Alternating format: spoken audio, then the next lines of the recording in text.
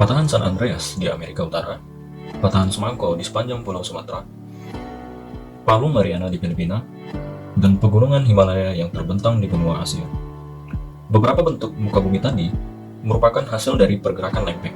Hal ini sesuai dengan tema pembahasan kita pada video kali ini mengenai lempeng tektonik. Bumi sebenarnya terdiri dari beberapa lapisan, dimulai dari yang paling dalam yaitu lapisan inti. Selanjutnya adalah lapisan inti luar. Di atasnya ada lapisan mantel bumi atau astenosfer. Kemudian bagian paling luar atau lapisan yang paling luar yaitu kerak bumi. Nah, kerak bumi inilah yang terbagi menjadi beberapa potongan lempeng tektonik.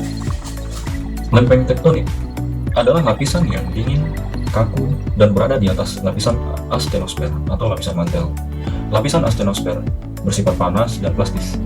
Jadi, seolah-olah lempeng mengapung dan bergerak di atas lapisan astenosfer. Seperti yang sudah kita bahas pada video sebelumnya mengenai teori pembentukan muka bumi. Nah, ini berkaitan sekali. Jadi seperti yang kita lihat, muka bumi itu seperti kepingan puzzle yang kalau disatukan saling berhubungan atau bisa menyatu. Kenapa bisa mereka berpisah? Ini dibuktikan oleh para ilmuwan. Permukaan bumi yang awalnya merupakan satu benua dan sekarang menjadi terpisah akibat oleh adanya seafood spray atau pergerakan lantai dasar samudra, sehingga benua-benua tersebut terpisah menjadi seperti keadaan sekarang. Satu yang dijadikan alasan oleh ilmuwan adalah terdapatnya persebaran fosil-fosil dari hewan dan tumbuhan di muka bumi. Seperti ada fosil yang terdapat di Amerika Selatan dan kemudian di Afrika fosil tersebut ditemukan bumi. Coba kita lihat jarak antara Amerika Selatan dan Afrika. Jarak itu sangat jauh dan dirasa tidak dimungkinkan jika mereka mengalami migrasi atau melakukan migrasi ke satu tempat ke tempat yang jauh seperti itu. Nah, dari sinilah ilmuwan mengatakan atau berpendapat bahwa dahulunya bumi ini bersatu. Kemudian, kenapa dia bisa berpisah? Nah, adanya perpisahan dari lempeng-lempeng bumi ini karena adanya arus konveksi yang berada pada dalam bumi. Arus inilah yang menyebabkan pergerakan dan pada lempeng-lempeng yang ada di permukaan bumi. Kemudian, apa yang terjadi jika lempeng ini bergerak? Nah, ketika lempeng bergerak, maka sebuah energi akan dilepaskan, berupa gelombang seismik atau gempa. Ada beberapa bentuk pergerakan dari lempeng, diantaranya gerak lempeng yang saling mendekat atau konvergen, gerak lempeng yang saling menjauh atau divergen, dan gerak lempeng yang saling berpapasan atau transformasi. Dari setiap pergerakan lempeng, maka bentuk muka bumi yang dihasilkan akan berbeda-beda, baik dari konvergen, divergen, atau transform.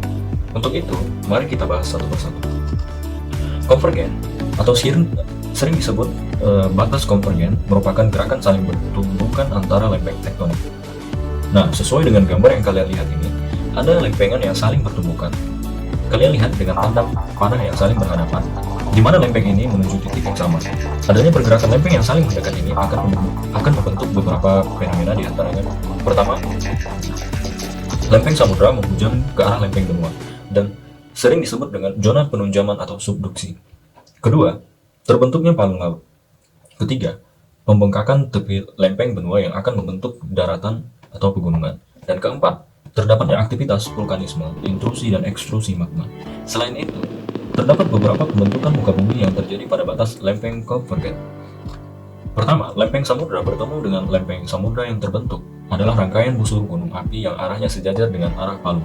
Contoh rangkaian gunung api di Kepulauan Filipina sampai ke Jepang, yaitu hasil tumbukan lempeng laut Filipina, lempeng samudra Pasifik, dan lempeng Eurasia.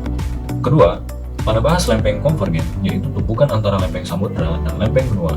Nah, bentuk muka bumi yang dihasilkan dicirikan terdapat palung prisma akresi, cekungan busur, muka busur, kepulauan gunung api, dan cekungan belakang. Nah, selain di Amerika, contoh juga terdapat di Kepulauan Indonesia, jalur Pulau Sumatera, Jawa, Bali, Nusa Tenggara, dan Kepulauan Banda. Ketiga, batas lempeng konvergen, yaitu pertemuan antara lempeng benua dengan lempeng benua.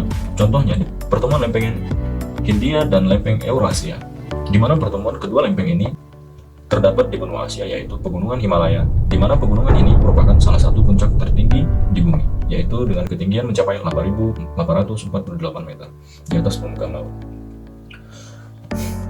Kemudian, yang kedua adalah pergerakan lempeng divergen. Pergerakan lempeng divergen yaitu gerak yang saling menjauh antar lempeng tektonik. Fenomena yang terjadi karena gerakan divergen ini diantaranya terjadi peregangan lempengnya. Kemudian pemasukan tanggul dasar samudra atau mitos Nyeri di sepanjang tempat peregangan tersebut. Kemudian terbentuknya aktivitas vulkanisme laut, selanjutnya aktivitas gempa. Contoh pergerakan lempeng divergen adalah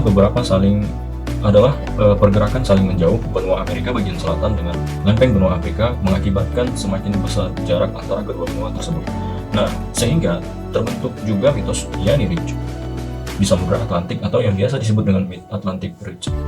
Contoh lainnya adalah terjadi gerak lempeng saling menjauh antar benua Afrika dengan daratan Arab sehingga menyebabkan timbulnya laut baru yaitu Laut Merah.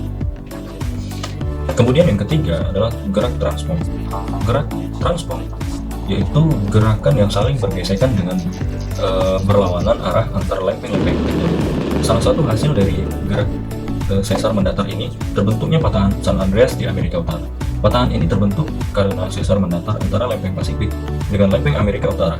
Nah, ini membentuk patahan San Andreas sepanjang 1.300 km, di mana patahan ini ditemukan oleh Profesor Geologi Barkilau Andre pada tahun 1895. Di Indonesia khususnya, Pulau Sumatera juga terdapat hasil dari gerak sesar mendatar, yaitu antara lempeng Eurasia dengan lempeng Indo-Australia, di mana hal ini menyebabkan terbentuknya patahan Semangko yang membentang mulai dari Aceh sampai dengan Teluk Semangko di Lampung. Sesar inilah yang membentuk pegunungan barisan sepanjang Pulau Sumatera. Jika kalian ingin melihat bentuk asli dari patahan ini, kalian bisa datang ke Hari Siarok di Bukit Tinggi. Di sini sangat terlihat jelas bentuk pegunungan yang patah-patah akibat pergerakan lempeng atau sesar mendatar antara lempeng Indo-Australia dan lempeng Eurasia.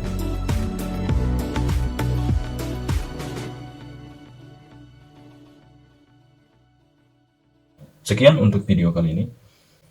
Mohon maaf atas segala kekurangan. Assalamualaikum warahmatullahi wabarakatuh.